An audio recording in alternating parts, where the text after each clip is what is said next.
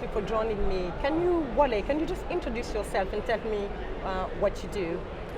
Thank you, Renee. My name is Wale Shonibare. I'm the Director responsible for Energy, Financial Solutions, Policy and Regulation at the Africa Development Bank.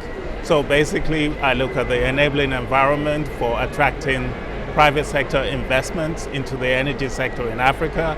And we also support governments with policies, regulation, and capacity building to improve their energy sectors.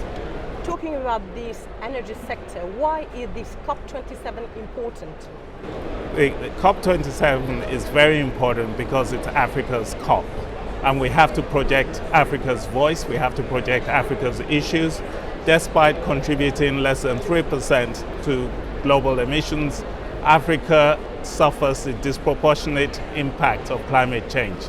And for that reason, we have to mobilize financing, both for adaptation and also for mitigation, in order to allow African economies to be able to cope better with the expected impact of climate change. So it's important for Africa to be here, to project its voice, and to ensure that Africa's interest is properly accounted for when we are discussing climate issues by way of mitigation as well as adaptation.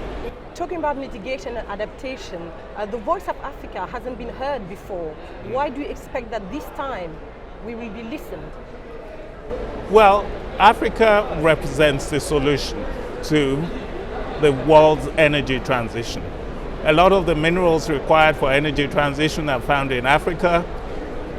Significant amounts of the forest, the carbon sinks, are also in Africa. And Africa needs to be able to monetize these endowments. It's important that we look at, carbon trading, carbon offsets.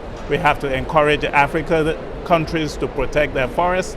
We also recognize that Africa needs to industrialize. So we have to find a just energy transition that allows Africa to industrialize and grow on a sustainable pathway. That's why we are here. Let us be optimistic. Just one thing that we would like to achieve at the end of this COP27.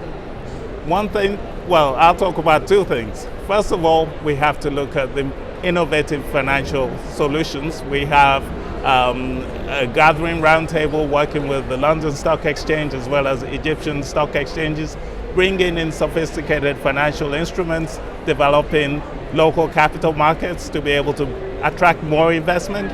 And then secondary, looking at Africa's green hydrogen potential, because this is massive and it's the way to go if the world is to achieve its net zero goals by 2050. Thank you very much, Wale. Thank you. Thank you, Red.